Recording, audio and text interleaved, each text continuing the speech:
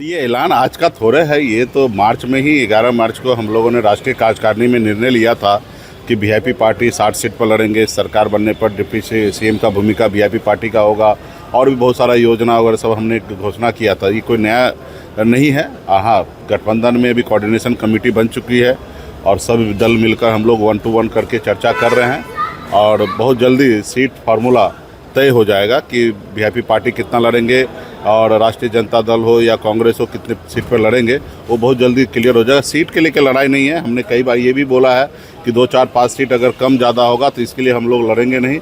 हम लोग विचार की लड़ाई लड़ रहे हैं और इस बार हम लोगों को हर हाल में सरकार बनाना है। गरीब, पिछड़ा, दलित सभी को हक अधिकार दिलाना है। आदरणीय लालू प्रसाद यादव जी के विचार को आगे बढ़ाना है। देखिए, 2 ही कारण हो सकता है। एक कारण कि ये सब बोल के 2-4 सीट बढ़ाने का, या दूसरा कारण ये हो सकता है कि उनके अंदर आत्मा जो मर चुका था वो जाग रहा है। क्योंकि जिस तरीके से बिहार में गरीब, पिछड़ा, दलित के साथ जो अन्याय हो रहा है, उनको वोटर लिस्ट से नाम निकाला जा रहा है, तो उसको लेके कहीं ना कहीं चिराग जी भी चिंतित होंगे। क्योंकि जिन लोगों, बाबा साहब भीमराव अम्बेडकर जो हमको सबसे बड़ा ताकत जो दिया वोट का, वही वोट ही हमसे लोग छीन रहे हैं।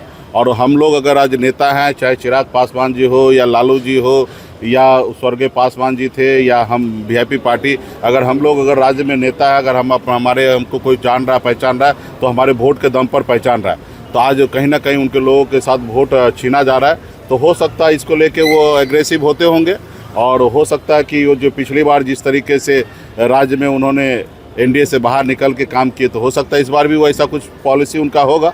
लेकिन मुझे जहाँ तक लगता है कि बड़ा ऐसा कोई नई बात है, वो सिर्फ 2-4 सीट कैसे बढ़े उस पर वो काम कर रहे हैं। करना चाहिए, देश को सारी चीज़ बताना चाहिए और उस पर अभी चर्चा होने के बाद इस पर हम आपको प्रतिक्रिया देंगे आप लोगों को। ऐसे ही खबरों के लिए सुदामा न्यूज़ को लाइक और फॉलो करना ना भूलें।